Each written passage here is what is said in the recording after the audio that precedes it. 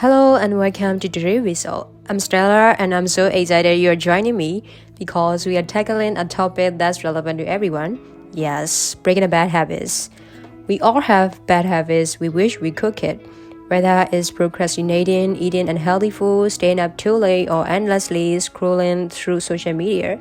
These habits can hold us back from reaching our full potential.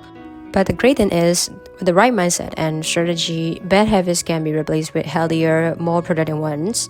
In this episode, we will dive into why habits fall, why breaking them is so difficult, and actionable steps you can take to break free from them. We will also explore some real-life ASMRs and share tips for building good habits that stick. Whether your goal is to be healthier, more focused, or simply more in control of your actions, this episode is for you. So grab a cup of tea, relax, and let's dive in. Alright, first of all, why do we have bad habits? Let's start with a simple question. Why do we form bad habits in the first place? The short answer is that habits are behaviors we repeat because they provide some kind of reward. For example, you might snack on chips when you're bored because it gives you a sense of comfort. Or you might scroll on your phone at bedtime because it feels relaxing in the moment. But here's the tricky part. These rewards are often short-term, while the consequences are long-term. Taking procrastination, for example, when you avoid a task, you feel immediate relief, right? But later, you're left with stress and a pile of unfinished work. Okay, so on the deeper level, habits, both good and bad, are linked to how our brain works. There's something called the habit loop, which consists of three stages. Okay, first cue, and second routine, and third reward. So first cues, this is the trigger that starts the habit. It could be an emotion like stress or a situation like being bored. And the second routine, this is the behavior itself, like biting your nails, checking your phone, or eating junk food. And the third reward, this is the benefit you get, like feeling comfort or entertained.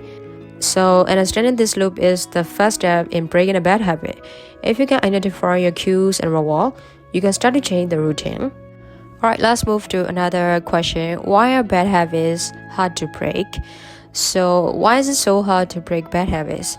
Even when we know they are bad for us, one reason is that habits become automatic. Think of it like this.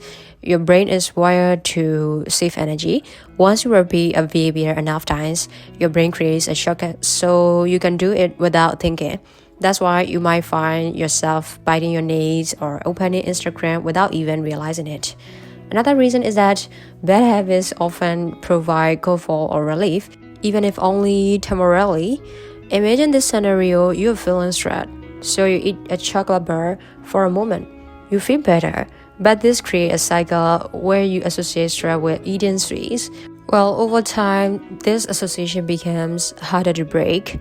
Finally, many people try to break habits with sheer power.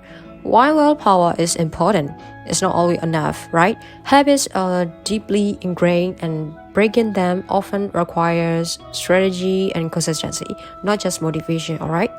Okay, now let's move to strategies to break bad habits. Alright, now let's get to the part that you've been waiting for. I hope so. How to break bad habits? Here are some practical strategy that really works. There are 8 strategies. Okay. First of all, identify your triggers. The first step is to figure out what triggers your bad habit. Is it boredom, stress, or a specific situation? For example, if you're always snacking while watching TV, the cue might be sitting on the couch. Once you know your trigger, you can work on interrupting the cycle. And the second one, replace a habit. One common mistake people make is trying to simplify stop a bad habit without replacing it. But habits are like routines, right? They leave a gap when removed. So instead of just saying I will stop eating junk food, replace it with a healthier behaviors like drinking tea or snacking on fruits. Okay, now number 3, start small. Don't try to change everything at once. If you want to stop scrolling on your phone at night, start by reducing the time gradually. Instead of spending 2 hours on your phone, try cutting it down. do 1 hour, then 30 minutes, and so on. Okay, now number 4, use the 2-minute rule. This is a powerful strategy for both breaking bad habits and building good ones. The idea is to make a habit so small that it feels effortless. For example, if you want to start exercising, commit to just 2 minutes of stretching. Often, starting is the hardest part, and once you begin, you're more likely to keep going. Alright, now number 5, create barriers. If a bad habit is too easy to do, make it harder.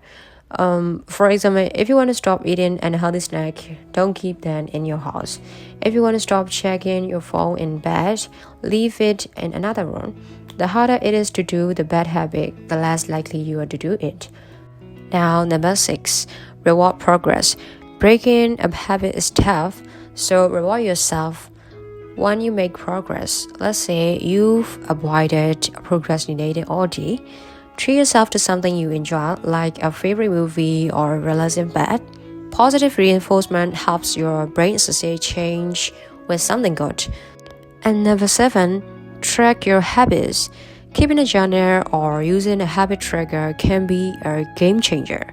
Write down every time you succeed in avoiding your bad habit or replacing it with a good one. Seeing your progress on paper is incredibly motivating, right? Okay, now the final thing is that be patient and forgiving. Lastly, remember that breaking a habit takes time. You might slip back, and that's okay. What matters is that you don't let one mistake derail your progress. Think of it like climbing a staircase. If you stumble on one step, it doesn't mean you have to fall all the way down. Okay, now move to the part 4. Real-life eczema and success stories. Let me share a couple of real-life eczema to inspire you. One of my friends used to have a bad habit of procrastinating on work emails. Her trigger was feeling overwhelmed by the number of messages. To break this habit, she started getting and setting a timer for 10 minutes every morning to tackle as many emails as possible. Over time, she built a new habit of starting her day with emails instead of writing them. Another example is someone I know who struggled with late night snacking. Their trigger was watching TV in the evening. Instead of snacking, they start keeping a bottle of water nearby and sip on that instead. Eventually, the urge to snack disappeared. These stories show that breaking bad habits is achievable with more consistent changes. Alright, now before we wrap up, let me leave you with a few final thoughts. Breaking bad habits isn't just about stopping something negative, it's about creating a life you're proud of. It's about becoming more intentional with your actions and taking control of your choices. Remember, it's a journey. Change doesn't happen overnight, and that's okay. What matters is that you keep trying even when it feels hard. Every small step you take is progress, and progress is something to celebrate. So as you go about your day, think about one bad habit you'd like to break. Identify the cue, replace the routine, and take the first small step. I promise you'll thank yourself later.